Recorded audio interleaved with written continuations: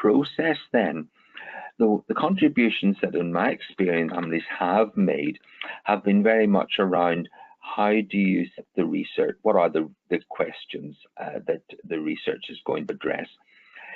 Getting clarity about what the research questions are going to be is critical to the success of any project, and it needs time to really sometimes tease out what in particular the research is going to address.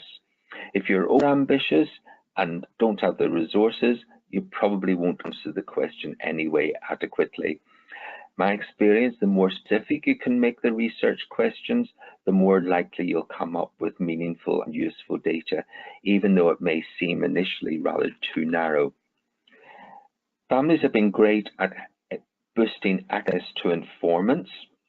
They say now in the United Kingdom, quite a number of what's set up as randomized control trials, where you try to recruit a control group alongside an intervention group, they fail because there aren't enough people willing to take part.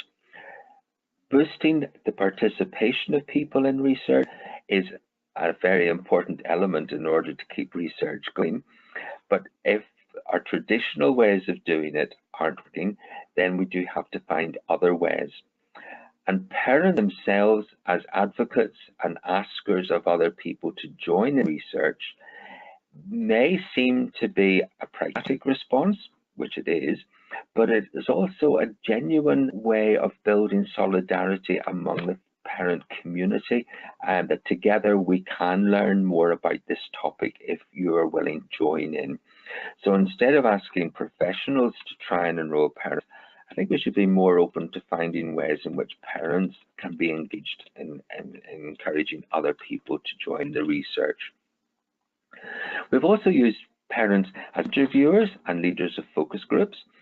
That works, I think, because there's that sense of identity, and the prone questions that the facilitator needs to ask are not ones that they should necessarily dream up on the spot, but are ones that should come out of their own lived experience as a way of testing out how much what's being said really covers the totality of that particular topic. Too often, the naive interviewer moves too quickly away from what needs to be probed.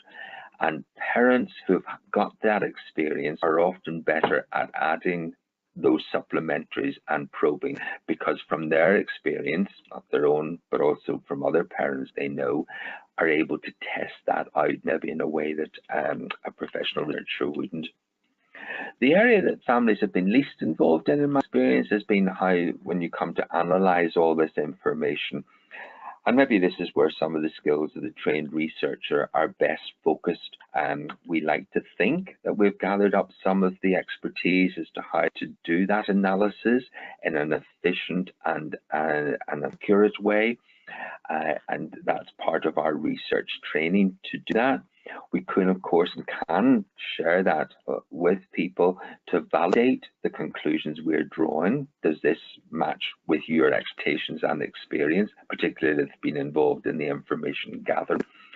But analysing information, condensing what's been learned, is really a critical part of the process, and being able to synthesize that in a way that makes it disseminable, so that other people can be told what the outcomes of the research are, is an important thing. And here the big lesson for academic researchers is being able to put your findings into everyday language in a way that can be understood by people, and that really will make an impact on them and on their lives. And discussing that with families, particularly advocates who want to see change, is a very important part of that process.